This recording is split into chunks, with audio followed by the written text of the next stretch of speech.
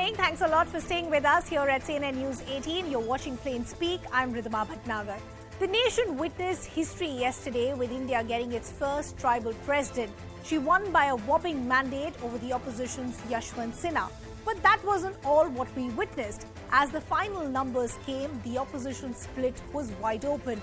Cross-voting not just in MLAs but also MPs across states were reported. But the opposition's embarrassment did not end there. TMC Supremo came forward and said they will abstain from voting as far as the vice presidential election is concerned, saying they weren't taken into consideration. The question now is that, and I'll take that to our guests in just a bit, is the opposition more divided than ever? But first, let's quickly talk to you about the cross-voting numbers that we actually saw yesterday, which has now led us to this question, that is the split as far as the opposition is concerned, is that now out in the open? Let's break down all those details. As I said, cross-voting was seen not just in MLAs but MPs as well. 17 members of parliament, and this is where the story just begins. 126 MLAs. Let's give you the state-wise breakup as well.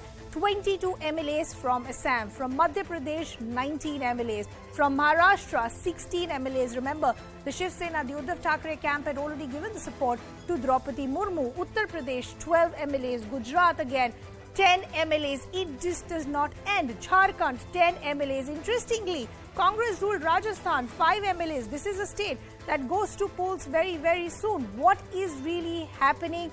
Who is in control? And more importantly, what does this mean as far as 2024 is concerned? But as I pointed out that this was just one part of the problem as far as the opposition is concerned. You also had Mamata Banerjee, the TMC Supremo, who came forward and said that TMC will abstain as far as the vice presidential elections are concerned. Now, if you recap a little bit, it was the same Mamata Banerjee who had in fact also said that if we knew about the candidature of Draupadi Murmu, maybe things would have been different. So why has the TMC today decided to abstain and not support Margaret Alva, which is the opposition's candidate? Now, according to the TMC, Margaret Alva's name was decided in an undemocratic way.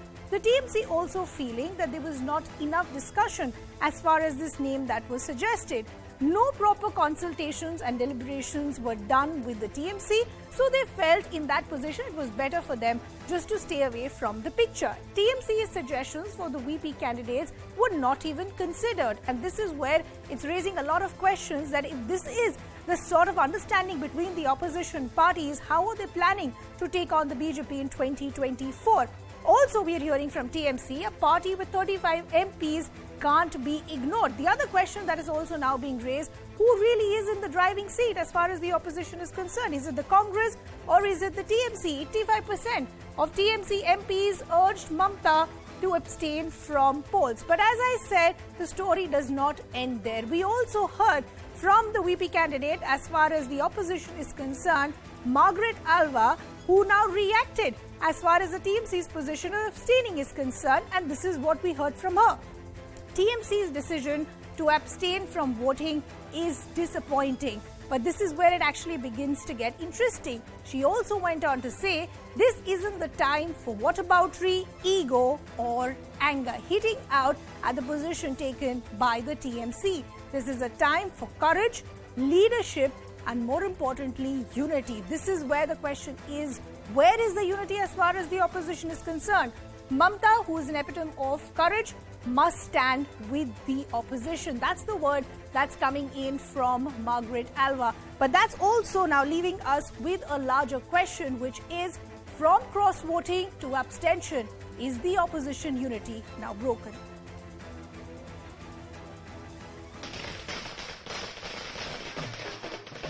The presidential polls did not throw in a surprise. NDA candidate Draupadi Murmu won the contest against opposition's Yashwant Sinha by a comfortable margin, thus becoming the first tribal and youngest ever president of independent India. But while the result was in expected lines, the ramifications are much more significant. Several opposition MLAs and MPs indulged in cross-voting, adding fuel to fire that more netas could switch sides and further boost the NDA. But the biggest setback came via the TMC, which announced that it will not support the opposition's vice presidential candidate pick, Margaret Alva, a Congress veteran.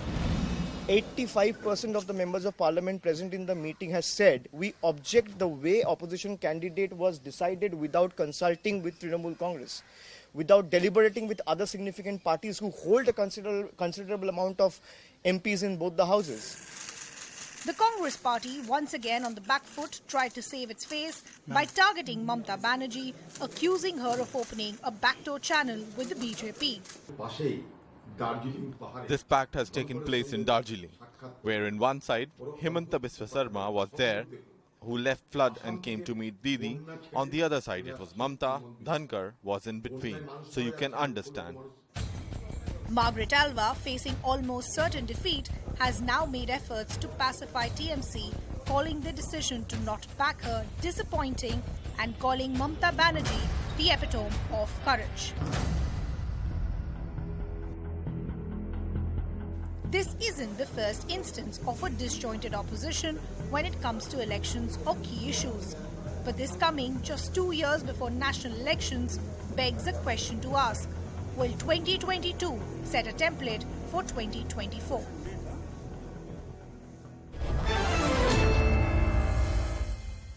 Let me also now introduce